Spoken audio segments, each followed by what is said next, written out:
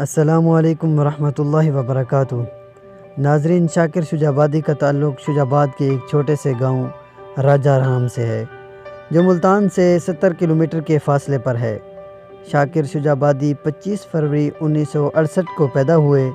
وہ عصر حاضر میں سرائیکی زبان کے ایک نمائندہ شاعر ہیں۔ گزشتہ کئی سالوں سے وہ سرائیکی کے مظلوم عوام کے دلوں کی آواز بنے ہوئے ہیں۔ وہ خود بولنے کی صلاحیت سے محروم ہیں، لیکن انہوں نے سرائیکی عوام کی محرومیوں کو اجاگر کر کے ان کو جذبات کی عکاسی کے لیے زبان دی ہے۔ 1986 سے باقاعدہ شاعری کر رہے ہیں۔ نصابی تعلیم نہ ہونے کی وجہ سے وہ کتابیں تو نہیں پڑھ سکے۔ ان کا شاعری سے متعلق تمام علم ریڈیو پروگراموں کا مرہون منت ہے۔ غلام فرید اور وارث شاہ کو انہوں نے بہت سنا۔ وہ کہتے ہیں، میرا مسئلہ صرف سرائیکی وسائب نہیں، بلکہ میں پوری دنیا کے مظلوم لوگوں کی بات کرتا ہوں، چاہے کوئی کافر ہی کیوں نہ ہو۔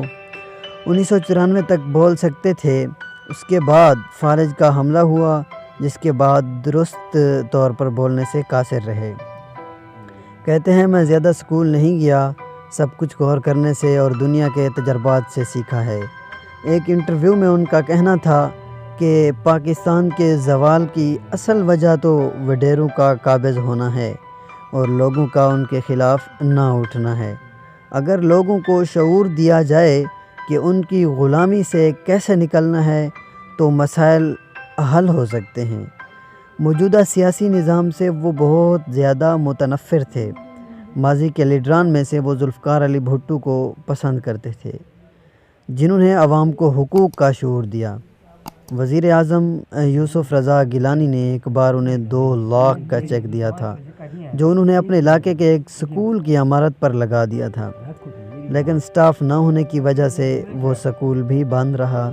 وہ خود انتہائی غربت میں زندگی بسر کر رہے ہیں، اکثر بیمار رہتے ہیں اور روزمرہ اخراجات کو پورا کرنے کے لیے بھی معلوم نہیں کیا کیا پاپڑ بیلنے پڑتے ہیں۔